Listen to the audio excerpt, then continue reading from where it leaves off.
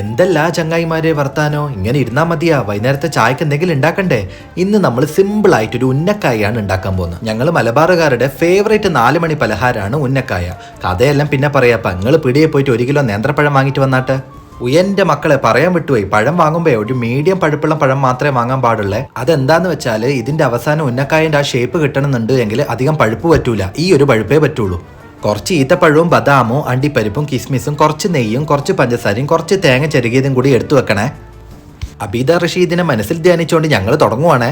ആദ്യത്തെ പണി എന്ന് വെച്ചാൽ നമുക്ക് പഴം പുഴുങ്ങലാണ്. എല്ലാവരും വീട്ടിലും ഇഡ്ഡലി കുട്ടക ഉണ്ടാവല്ലോ. വെള്ളം തിളച്ച് വരുമ്പോഴേക്കും അതിൽ പഴം പുഴുങ്ങാനായിട്ട് വെക്കുക. നീളത്തിൽ വെക്കാൻ പറ്റുന്നില്ലെങ്കിൽ 2 മുറിച്ചിട്ട് അങ്ങ് വെച്ചോളി. എന്നിട്ട് ഒരു 10 മിനിറ്റ് കാത്തിക്കണേ. നല്ല പോലെ പുഴുങ്ങിയ പഴത്തിനെ നമുക്ക് തണുക്കാനായിട്ട് കുറച്ച് നേരം മാറ്റി വെക്കാം. ആ നേരം കൊണ്ട് നമുക്ക് ഉന്നക്കായൻ്റെ ഫില്ലിംഗ് അങ്ങ് ഉണ്ടാക്കി തുടങ്ങാം. ഒരു മീഡിയം ഫ്ലെയിമിൽ സ്റ്റൗ കത്തിച്ചതിന് ശേഷം നമ്മൾ പാന് വെക്കുക. കുറച്ച് നെയ്യും കൂടെ ഒഴിക്കുക. നെയ്യൊന്ന് ചൂടായി വരുമ്പോഴേക്കും ബദാമും അണ്ടിപ്പരിപ്പും ഇട്ടിട്ടൊന്ന് വഴറ്റുക. അതിനുശേഷം തേങ്ങ ചെറുകിയതും കിസ്മിസും കുറച്ച് ഈത്തപ്പഴവും ഇടുക. തേങ്ങ ചെറുകിയത് കുറച്ചൊരു ഗോൾഡൻ കളർ ആവുന്നത് വരേക്കും വഴറ്റണേ. ലാസ്റ്റ് മാത്രം പഞ്ചസാര ഇടുക, അല്ലെങ്കിൽ പഞ്ചസാര മെൽറ്റ് ആയി പോകും. വേണ്ടുന്നവർക്ക് കുറച്ച് ഏലക്കായി പൊടിച്ചതും കൂടി ഇതിൻ്റെ കൂടെ ചേർക്കേ. എനിക്ക് ഇഷ്ടമില്ലാത്തതുകൊണ്ട് ഞാൻ ചേർത്തിട്ടില്ല. നമ്മൾ പുഴുങ്ങി വെച്ച പഴം ഇപ്പം ഏകദേശം ഒന്ന് തണുത്തിട്ടുണ്ടാവും. നമ്മൾ അതിൻ്റെ തൊലിയെല്ലാം കളഞ്ഞ് പഴത്തിൻ്റെ ഉള്ളിൽ ചെറിയ കറുത്ത കുത്തു പോലെ ഉണ്ടാവും. അതൊന്ന് പറ്റുവെച്ചെങ്ങളങ്ങ് എടുത്ത് മാറ്റണേ. മാറ്റിയിട്ടില്ലെങ്കിൽ വലിയ പ്രശ്നമൊന്നുമില്ലപ്പാ. ഇനി നമുക്ക് ഈ പുഴുങ്ങിയ പഴത്തിനെ ഒന്ന് ഉടച്ചെടുക്കണം. ഒന്നെങ്കിൽ നിങ്ങൾ കൈ കൊണ്ട് ഉടച്ചെടുക്കുക, അല്ലെങ്കിൽ എന്തെങ്കിലും കിൽമാഡീസ് ഉണ്ട് എങ്കിൽ അത് ഉപയോഗിച്ചിട്ട് ഉടച്ചെടുക്കുക.